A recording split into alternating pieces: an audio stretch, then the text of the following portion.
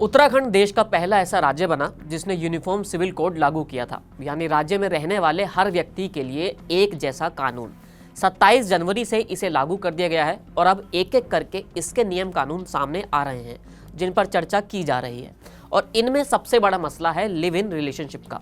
लेकिन जब नियम सामने आए तब ये भी मालूम पड़ा कि सिर्फ लिव इन ही नहीं बल्कि बाकी और भी बहुत से रिश्ते हैं जिनको लेकर नियम कानून बनाए गए हैं। उत्तराखंड के इस यूसीसी एक्ट में कुल 74 रिश्तों की बात की गई है, जिसमें 37 पुरुषों के लिए और 37 महिलाओं के लिए भी है।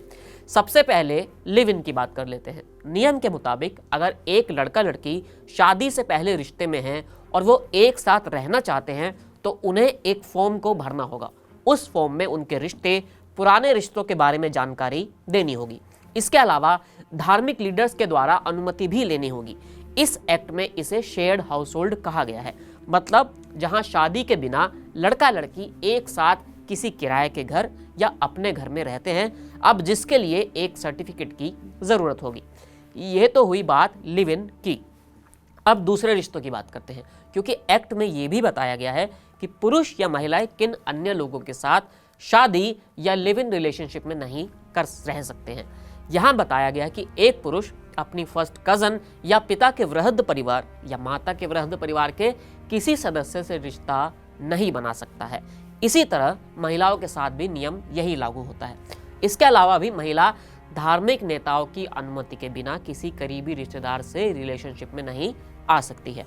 जोड़ों को लिव इन रिलेशनशिप शुरू करने और समाप्त करने के दौरान पंजीकरण कराना अनिवार्य है। अगर वो ऐसा नहीं करते हैं तो 6 महीने तक जेल हो सकती है। खास बात यह है कि ये नियम सिर्फ उत्तराखंड ही नहीं बल्कि प्रदेश में बाहर से आए किसी भी राज्य के निवासियों पर लागू होगा। यानी अगर आप उत्तराखंड में घूमने जा रहे हैं और आप कपल हैं तो आपसे लिव इन सर्टिफिकेट मांगा जा सकता है। रजिस्ट्रेशन प्रोसेस ऑफलाइन और ऑनलाइन दोनों ही तरीकों से किया जा सकता है। इसमें उन्हें यह बताना होगा कि वो पहले से लिव इन रिलेशनशिप में हैं या लिव इन रिलेशनशिप में प्रवेश करने का इरादा रखते हैं। रजिस्ट्रेशन के दौरान उन्हें यह भी बताना होगा कि क्या इन्हें विवाह की अनुमति है, अगर है तो इसका प्रमाण पत्र देना होगा।